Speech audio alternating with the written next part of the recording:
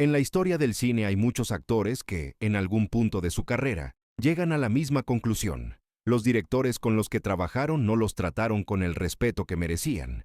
Y si alguien sabe cómo debería filmarse una escena con su participación, ese alguien son ellos mismos. A partir de ahí, surge la tentación de demostrar que no solo pueden dirigirse mejor, sino también sacar más provecho de actores menos talentosos que los rodean. La realidad, sin embargo, suele ser distinta. En la mayoría de los casos, estas figuras terminan teniendo un rol principal claramente definido. Por ejemplo, cuando se menciona a Ben Affleck, el público piensa antes en sus relaciones mediáticas, en Jennifer López, en su amistad con Matt Damon, o incluso en su historial de premios Razzie, antes que en sus trabajos como director. Algo similar ocurre con figuras como Ben Stiller o Kenneth Branagh. Aunque han dirigido películas respetables, el imaginario colectivo sigue viéndolos ante todo como actores. Existen, no obstante, algunas excepciones. Mel Gibson es recordado tanto por sus papeles en pantalla como por su labor detrás de la cámara. Aunque su filmografía como director es reducida en comparación con su carrera actoral, le bastaron apenas unas pocas películas para consolidarse como un realizador sólido y reconocible. Aún así, hay una categoría mucho más rara, la de los actores-directores cuya identidad profesional no puede encasillarse con facilidad. El ejemplo más emblemático es Clint Eastwood. Amado por el público y respetado por la industria, Eastwood siempre ha sido conocido como una figura difícil. Es un hombre convencido de su propio criterio, poco dispuesto a aceptar consejos ajenos. Para él no existen autoridades externas, solo Eastwood. Y quienes intentan corregirlo suelen pagar el precio. Resulta llamativo que, durante muchos años, la crítica mantuviera una relación tensa con su cine. El propio Eastwood ofrecía una explicación directa. Sus películas generaban demasiado dinero. Y cuando el éxito comercial es incuestionable, la opinión de los críticos deja de ser decisiva. Esa indiferencia hacia sus juicios, según él, fue precisamente lo que alimentó aún más la hostilidad y el resentimiento en su contra. El comienzo del vaquero. Los primeros años de la carrera de Clint Eastwood estuvieron lejos de ser brillantes. Durante mucho tiempo apareció en papeles secundarios dentro de producciones de bajo presupuesto y rápido olvido. Durante años interpretó al típico Joe, un personaje que corre detrás de los protagonistas y desaparece sin dejar huella. La situación cambió cuando obtuvo uno de los papeles principales en la serie televisiva Rawhide. Durante un tiempo, el proyecto gozó de popularidad en la televisión estadounidense, pero a partir de la quinta temporada, las audiencias comenzaron a caer. El presupuesto se redujo y Eastwood se encontró ante una pregunta incómoda. ¿Qué hacer a continuación? No tenía demasiadas opciones. En el cine nadie mostraba interés por él, las ofertas no llegaban y la etiqueta de actor de televisión jugaba en su contra. Fue entonces cuando apareció una oportunidad inesperada desde Italia. Años después, Eastwood explicaría que aceptó viajar a Europa no solo por el dinero, sino por el deseo de romper con su imagen habitual. Estaba cansado de interpretar siempre a jóvenes sonrientes y algo ingenuos. En Italia le ofrecían algo completamente distinto. Existe la versión de que se marchó por pura necesidad. En Estados Unidos la demanda había desaparecido y las perspectivas eran limitadas. Sin embargo, incluso con presupuestos modestos, los productores europeos le ofrecieron un salario superior al que podía aspirar en su país. Si la carrera no avanzaba, al menos podía ganar algo de dinero. En 1964 se estrenó en Italia. Por un puñado de dólares, la primera película de la llamada Trilogía del Dólar, dirigida por Sergio Leone. Aunque los westerns italianos ya existían, esta película fue la que marcó un antes y un después. El éxito en Europa fue inmediato y arrollador. El impacto fue tan grande que llamó la atención de Akira Kurosawa, autor de Yojimbo, cuyo argumento sirvió de base para la historia de Leone. Kurosawa llevó el caso a los tribunales y obtuvo el 15% de los beneficios de taquilla. Hasta entonces, este tipo de películas rara vez salía de Italia o de algunas regiones de Francia y Suiza, por lo que casi nadie se planteaba cuestiones de derechos de autor. Pero cuando una producción que había costado entre 250 y 300,000 dólares recaudó más de 10 millones solo en su primer año en Europa, la situación cambió. Eastwood contaría más tarde que casi había olvidado aquella película cuando recibió una llamada avisándole de que algo extraordinario estaba ocurriendo en los cines europeos y que debía volver a ponerse el poncho y regresar a Italia. La recaudación total mundial de por un puñado de dólares no está claramente documentada, pero Kurosawa afirmó que el dinero obtenido con ese 15% superó los ingresos de todas sus películas anteriores juntas. Solo en Italia, el film fue visto por unos 15 millones de espectadores. Por su trabajo, Eastwood recibió $15,000, una cifra respetable para el cine europeo de la época. En la siguiente película de la trilogía, su salario aumentó a $50,000, con un presupuesto aproximado de $600,000. El éxito fue aún mayor. Algunas estimaciones hablan de hasta $50 millones de recaudación mundial. Para la tercera parte, El bueno, el feo y el malo, Eastwood ya cobraba $250,000, un sueldo comparable al de las grandes estrellas de Hollywood. Esta película abrió definitivamente el mercado estadounidense al western italiano. En 1967, la trilogía completa llegó a los cines de Estados Unidos. El bueno, el feo y el malo recaudó alrededor de $25 millones. Eastwood se convirtió de inmediato en una gran estrella, tanto en Europa como en su país. En 1968, firmó su primer gran western estadounidense, Hang 'Em High, por el que cobró $400,000, casi la mitad del presupuesto total. La película recaudó 11 millones. Su siguiente proyecto fue Coogan's Bluff, por el que ya exigió $1 millón. Fue su primer papel importante fuera del western. Aunque la película no fue un fracaso, recaudó unos 4 millones en Estados Unidos con un presupuesto de $1,5 millones. Los resultados no justificaban ese nivel de salario. Durante un tiempo, Eastwood tuvo que moderar sus exigencias económicas. Aún así, no abandonó su intento de salir del encasillamiento del vaquero. El proceso fue irregular. Where Eagles, Dare logró defenderse en taquilla, pero Kelly's Heroes pasó prácticamente desapercibida para el gran público. El primer gran fracaso, el drama sobre una mujer engañada, resultó completamente innecesario para el público. Sí, conservaba cierto espíritu de western, pero el golpe más duro para Clint en ese periodo no vino de ahí, sino del western musical, La leyenda de la ciudad sin nombre. Para 1969, el proyecto tenía un presupuesto desorbitado. La película terminó costando alrededor de $20 millones, cuando el plan inicial era invertir solo entre 8 y 10 millones.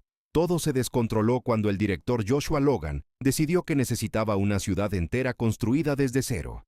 La ciudad se levantó, y a partir de ahí comenzaron los verdaderos problemas. El rodaje se convirtió rápidamente en un caos. Lee Marvin empezó a beber, llegaba tarde, arruinaba tomas y se enfrentaba abiertamente al director. Mientras tanto, Clint Eastwood mantenía relaciones con gran parte de las extras, lo que provocaba situaciones imprevistas constantes. El equipo se detenía, la tensión crecía y algunos miembros de la figuración llegaron a perseguir a Eastwood con ganas de ajustar cuentas. Cuando a Clint se le prohibió oficialmente involucrarse con la figuración, empezó a relacionarse con las periodistas enviadas a cubrir el rodaje. Como resultado, los reportajes publicados fueron sorprendentemente vacíos, lo que enfureció a los productores. Los 4 meses previstos de filmación se alargaron hasta casi medio año. El presupuesto oficial alcanzó los 20 millones, aunque los rumores hablaban de más de $25 millones. Para colmo, al final del rodaje, el director ordenó volar la ciudad construida, pese a que el estudio planeaba reutilizarla en futuros proyectos. En taquilla, la película recaudó alrededor de $31 millones, una cifra decepcionante teniendo en cuenta el gasto. El western siguiente, Dos mulas y una mujer, tampoco fue un éxito. No puede considerarse un fracaso absoluto, pero los beneficios para el estudio fueron mínimos. Un par de proyectos más con resultados similares y Clint podría haber dicho adiós a su estatus de estrella. Pero en 1971, la situación empezó a cambiar. Dirty Harry y los años de dominio absoluto. En 1971, llegó a las pantallas Dirty Harry, una película que convirtió de inmediato a Clint Eastwood en una superestrella del cine estadounidense. Fuera de Estados Unidos, el filme nunca alcanzó el mismo estatus icónico, pero en su país fue tan decisivo para la carrera de Eastwood como los westerns de Sergio Leone. Además, Dirty Harry marcó el momento en que el actor logró desprenderse definitivamente de la etiqueta de héroe exclusivo del western y consolidarse en un registro mucho más duro y urbano. Para los estándares de principios de los años 70, la película era extremadamente violenta, tanto que incluso sus propios creadores, el director Don Siegel y el propio Eastwood decidieron eliminar varias escenas del guión por considerarlas excesivas. La crítica de la época reaccionó con hostilidad, acusando a Eastwood de glorificar la violencia. El público, sin embargo, respondió de forma muy distinta. Con un presupuesto de unos $4 millones, Dirty Harry recaudó 36 millones solo en Estados Unidos.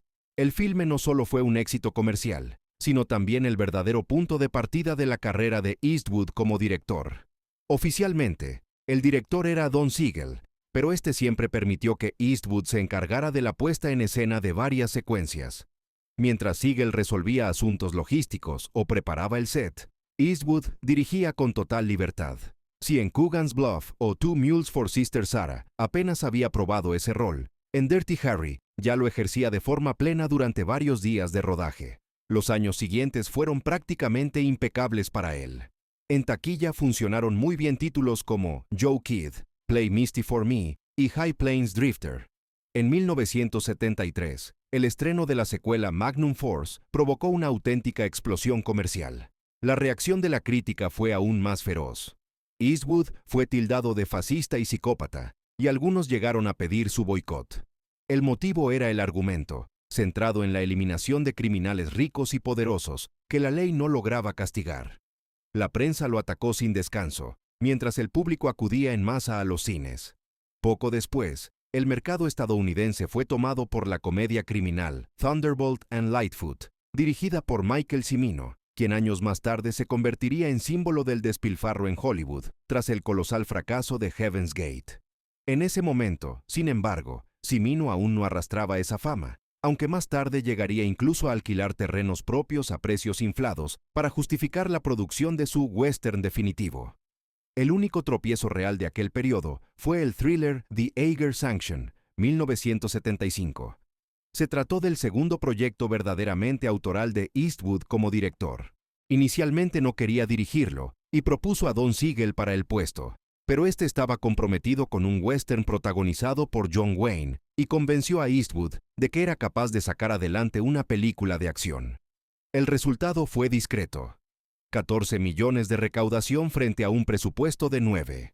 Aún así, el fracaso pasó casi desapercibido, ya que poco después llegó la tercera entrega de Dirty Harry, The Enforcer, que recaudó 46 millones solo en el mercado doméstico.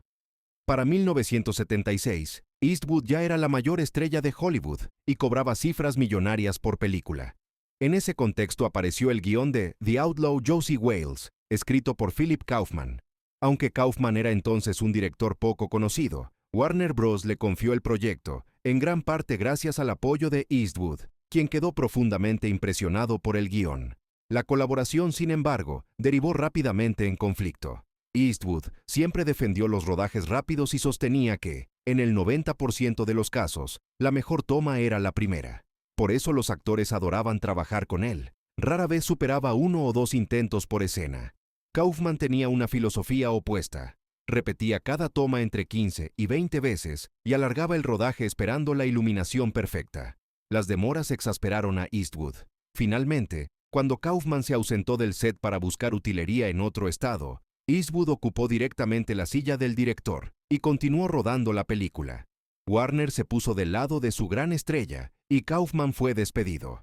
El conflicto fue tan serio que el Sindicato de Directores de Estados Unidos introdujo posteriormente la llamada Regla Eastwood, que prohíbe sustituir al director por un actor u otro miembro del equipo durante el rodaje.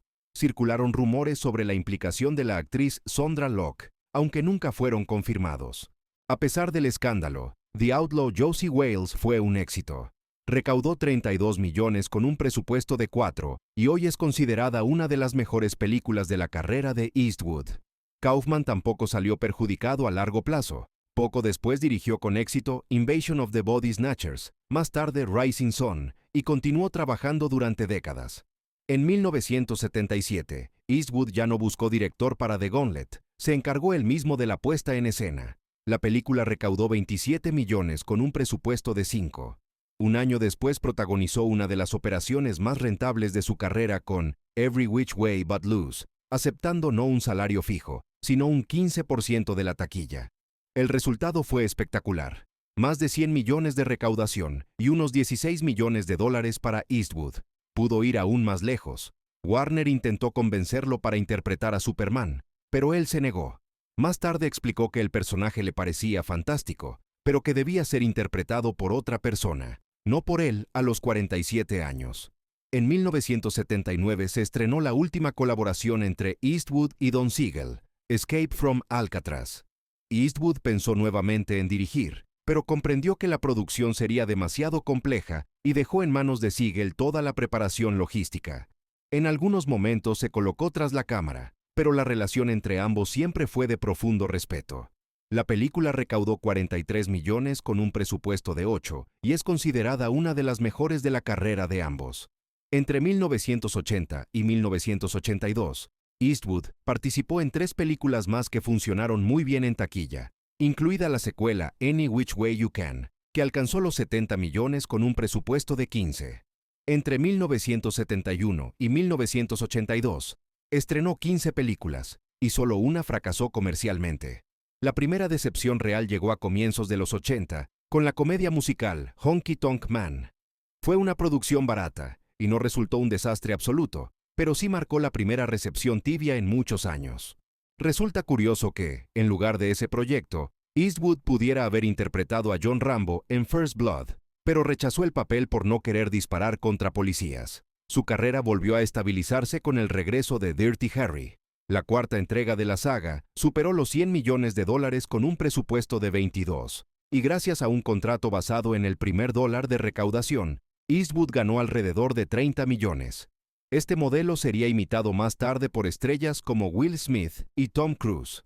De nuevo, El Vaquero A, comienzos de los años 80, Clint Eastwood ya pensaba en colgar definitivamente el sombrero de vaquero. Sin embargo, la realidad tomó otro rumbo. El presupuesto de uno de sus proyectos fue recortado drásticamente hasta los 7 millones de dólares, y la película titulada El Jinete Pálido terminó convirtiéndose en uno de los westerns más exitosos de la década. En taquilla solo fue superada por Jóvenes Pistoleros, quedando como el segundo western más rentable de los años 80. Con frecuencia se la menciona como una continuación no oficial de la trilogía del dólar de Sergio Leone. Eastwood vuelve a interpretar a un hombre sin nombre, duro, silencioso y dispuesto a matar si es necesario. En Estados Unidos la película recaudó 41 millones de dólares y el resto del mundo aportó casi 30 millones más. Tras El Aventurero de Medianoche, Eastwood volvió a cobrar su famoso porcentaje de vaquero. Pero el proyecto resulta interesante por algo más que su éxito comercial. En un inicio, el Pentágono se involucró activamente en la producción, repartiendo fondos y apoyos. Se esperaba una película con una imagen favorable del ejército estadounidense. Al mismo tiempo, Oliver Stone rodaba Platoon, una obra que provocó un profundo rechazo dentro de las Fuerzas Armadas. La película de Eastwood podía funcionar como un contrapeso ideal. Eastwood fue invitado a bases militares, recibió recepciones fastuosas y obtuvo permisos para filmar prácticamente donde quisiera. Él aceptó todas las condiciones, asegurando que estaba rodando una gran película como director y que el papel principal recaería en un actor de enorme talento, él mismo. Sin embargo, cuando comenzó el rodaje, el Pentágono empezó a inquietarse y pidió modificar el enfoque del film. Eastwood no apreció la sugerencia. Los asesores fueron expulsados del set, se cancelaron permisos de rodaje y el financiamiento fue cortado por completo. El director tuvo que invertir alrededor de 2 millones de dólares de su propio bolsillo. El resultado fue irónico. Con un presupuesto cercano a los 15 millones, la película recaudó 121 millones en todo el mundo. Eastwood recuperó su inversión y ganó unos 10 millones adicionales gracias al éxito. Después de ese triunfo, llegó una etapa oscura. Primero fracasó la quinta entrega de Harry el Sucio, La Lista Negra, que costó 31 millones y apenas recaudó 38. Con ella, la saga llegó a su fin. Poco después, Cadillac Rosa también se hundió en taquilla. Cabe destacar que en ninguno de esos dos filmes, Eastwood participó como director. Tras 2 tropiezos consecutivos, decidió volver a la silla de director y rodar 2 películas seguidas: el thriller policial El Principiante y la aventura Cazador Blanco, Corazón Negro. El resultado fue devastador. El Principiante, con un presupuesto de 30 millones, recaudó solo 21. Cazador Blanco, Corazón Negro costó 24 millones y apenas consiguió 2 millones en taquilla. Lo más irónico es que Eastwood no quería dirigir El Principiante. Consideraba el guión un disparate y solo aceptó después de que Warner prometiera financiar Cazador Blanco, Corazón Negro. Un golpe doble que habría destruido la carrera de muchos. Pero en 1990, Kevin Costner estrenó el western más taquillero de la historia hasta ese momento. Y Eastwood lo tuvo claro. Era hora de volver a ensillar. Tras el éxito de sus proyectos anteriores, Hollywood necesitaba con urgencia un nuevo western, y el estudio aceptó destinar otros 14 millones de dólares a Clint Eastwood. Así nació Unforgiven. La película recaudó 159 millones de dólares en todo el mundo, se convirtió en un gran éxito y cambió definitivamente la relación de Eastwood con la crítica. Esta vez, la Academia no lo atacó. Le otorgó el Oscar a Mejor Director. El acercamiento con los críticos había comenzado ya en 1989, cuando su proyecto puramente autoral, Bird, ganó el Globo de Oro. En 1992, Eastwood estrenó 2 películas. En una actuó únicamente como intérprete y en la otra combinó los roles de actor y director. El proyecto In the Line of Fire no fue una decisión inmediata. Eastwood se negó durante mucho tiempo, alegando su edad. Tenía 62 años, mientras que el guión describía a un protagonista de unos 50. El estudio insistió y le prometió total libertad creativa. Finalmente aceptó actuar, pero cedió la dirección a Wolfgang Petersen, eligiendo personalmente al reparto. La película recaudó 176 millones de dólares, con un presupuesto cercano a los 40. Con A Perfect World, la situación fue distinta. Eastwood quería limitarse a dirigir, pero Kevin Costner, ya vinculado al proyecto, exigió su participación como actor. Para no perder a la superestrella, Eastwood aceptó. Fue la primera vez desde Two Mules for Sister Sarah que su nombre apareció segundo en los créditos, algo poco habitual en Hollywood. Durante el rodaje, Eastwood no toleró interferencias. Cuando Costner comenzó a darle indicaciones, estalló un conflicto que casi terminó en pelea. Costner abandonó el set esperando que lo convencieran de volver, pero Eastwood continuó filmando con un doble. Al regresar y ver que el rodaje seguía sin problemas, Costner dejó de intervenir. La película recaudó 135 millones con un presupuesto de 30. Después llegó uno de los mayores éxitos de los años 90, The Bridges of Madison County. Con un presupuesto de 24 millones, la película obtuvo 182 millones en taquilla. Sin embargo, en 1996, la racha positiva se rompió. Siguieron varios tropiezos consecutivos. Absolute Power, Midnight in the Garden of Good and Evil, True Crime, Space Cowboys y Blood Work no cumplieron las expectativas. La serie de fracasos se interrumpió con Mystic River. El papel que finalmente interpretó Kevin Bacon estaba inicialmente destinado a Michael Keaton, pero 3 semanas antes del inicio del rodaje, abandonó el proyecto por desacuerdos creativos con Eastwood. La película se filmó en solo 39 días, y el presupuesto se redujo de 30 a 25 millones. En taquilla recaudó 156 millones. Luego llegó una nueva etapa dorada con Million Dollar Baby, donde Eastwood interpretó un papel secundario. La película le valió 2 Oscar, como director y productor, y un Globo de Oro. Con un presupuesto de 30 millones, recaudó 216.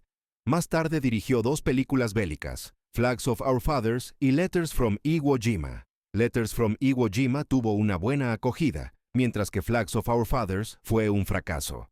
En 2008, Eastwood volvió a destacar, primero con Changeling y luego con Gran Torino.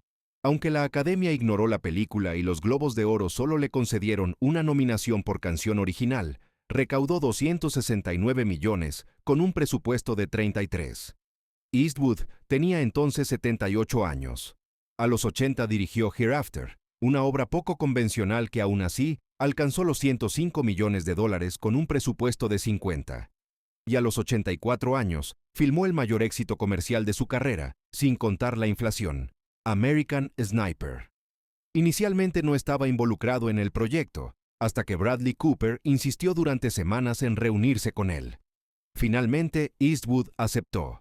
La película recaudó 547 millones de dólares, con un presupuesto de 58, consolidando uno de los cierres más impresionantes en la historia del cine estadounidense. Mientras la mayoría de los directores se retiran mucho antes de llegar a esa edad, Clint Eastwood siguió no solo dirigiendo películas, sino también actuando en ellas.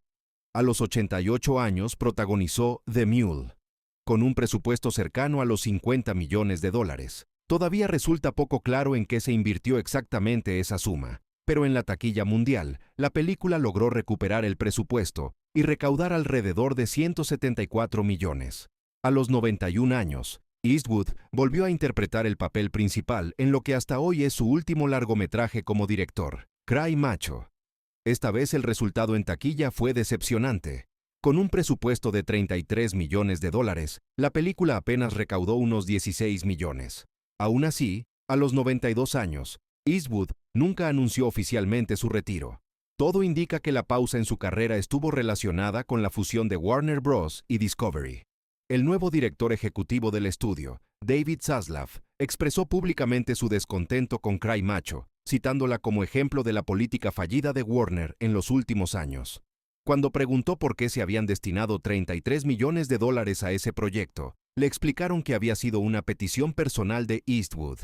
Todos sabían que la película no sería un éxito comercial, pero negarse era casi imposible. Durante los últimos 50 años, sus filmes habían generado enormes ganancias para el estudio. Zaslav dejó claro posteriormente que el estudio ya no funcionaría como una comunidad de amigos, ni seguiría financiando proyectos por lealtad personal. En teoría, incluso a los 92 años, Eastwood podría encontrar financiación fuera del sistema de los grandes estudios, aunque la verdadera pregunta es si realmente lo necesita. Incluso si su carrera se encuentra hoy en un punto de pausa, resulta difícil ver esto como un fracaso. Dirigir películas con presupuestos de decenas de millones de dólares a esa edad es algo que prácticamente nadie ha logrado. Si se analiza con detenimiento, no existen precedentes comparables. Solo queda desearle muchos años más de vida y que no se detenga. Sí, es un anciano testarudo, pero también es una leyenda. Gracias por su atención. Seguimos en contacto.